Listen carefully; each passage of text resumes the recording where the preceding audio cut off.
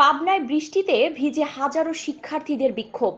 পাবনা থেকে শরীফুল ইসলামের পাঠানো তথ্যচিত্রের ডেস্ক রিপোর্ট।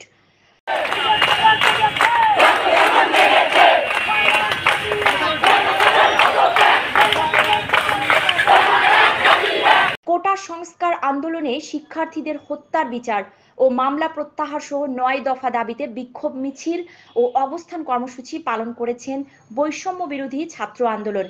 বৃষ্টি উপেক্ষা করে পাবনার বিভিন্ন স্কুল কলেজ বিশ্ববিদ্যালয়ের শিক্ষার্থীদের ঢল নামে। শিক্ষার্থীরা ৯ দফা দাবিতে শনিবার ৩ আগস্ট বেলা 11:30টার দিকে শহরের সরকারি এডওয়ার্ড কলেজের মূল ফটকের সামনে সমবেত হয়।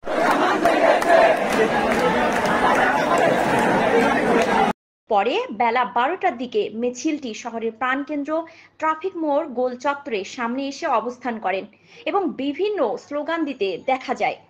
এ সময় প্রশাসনের দায়িত্বরত পুলিশ, বিজিপি, র্যাব, ডিবি সহ সকল আইন শৃঙ্খলা রক্ষাকারী বাহিনীর সদস্য উপস্থিত ছিলেন। দীর্ঘ সময় ধরে এই বিক্ষোভ মিছিলে কোনো বিশৃঙ্খলার ঘটনা ঘটেনি।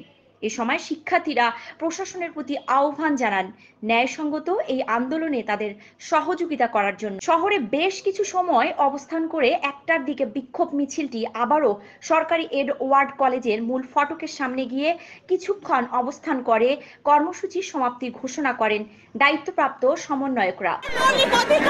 আমি সুস্থ স্বাভাবিকভাবে বাচ্চাদের রাস্তায় পাঠাতে চাই, বাচ্চাদের পড়াতে চাই। আমার বড় মেয়ে এসএসসি পরীক্ষার্থী আজকে অনিশ্চিতভাবে বাসায় বসে আছে। আমার ছোট মেয়ে 10ম শ্রেণীতে পড়ে, এসএসসি পরীক্ষার্থী 25 সালে, সে অনিশ্চিতভাবে বসে আছে। প্রত্যেকটা টিচার বন্ধ, সব বন্ধ। আমরা আজকে বাইরে বের হলে বাচ্চাদের ছবি তোলা হয়। ছাত্রদল, আমরা কোনো ছাত্রদল চিনি না, জামাত চিনি না, শিবির চিনি না, আমরা সাধারণ নাগরিক।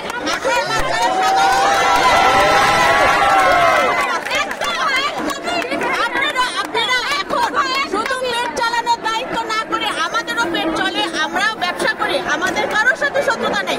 আমাদের একটাই কথা, আমাদের সন্তানগুলো নিশ্চিত নিরাপদে বাঁচতে হবে, আর কোনো কথা নেই। এই জন্য আমার মনে হয় শেখ হাসিনার পদত্যাগ আবশ্যক।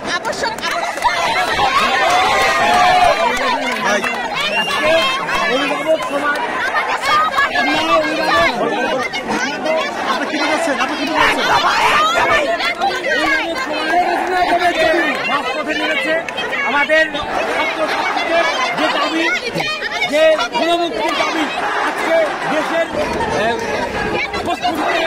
জনগণের সামনে এসেছে। এই দাবি সরকার মেনে নিয়ে আজকে এই সরকারকে এদেশের জনগণ চায় না।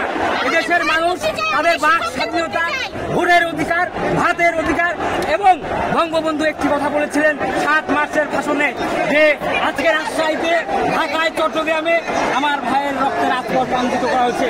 ইতিহাস ছেড়ে ইতিহাসের শিক্ষা আজকে আমরাও বলতে চাই যে আমাদের ছাত্র জনতার, মুক্তিকামী জনতার রক্তের রাজপথ রঞ্জিত হয়েছে। এই রক্তের বিচার না হওয়া পর্যন্ত কোনো আপোষ নয়, কোনো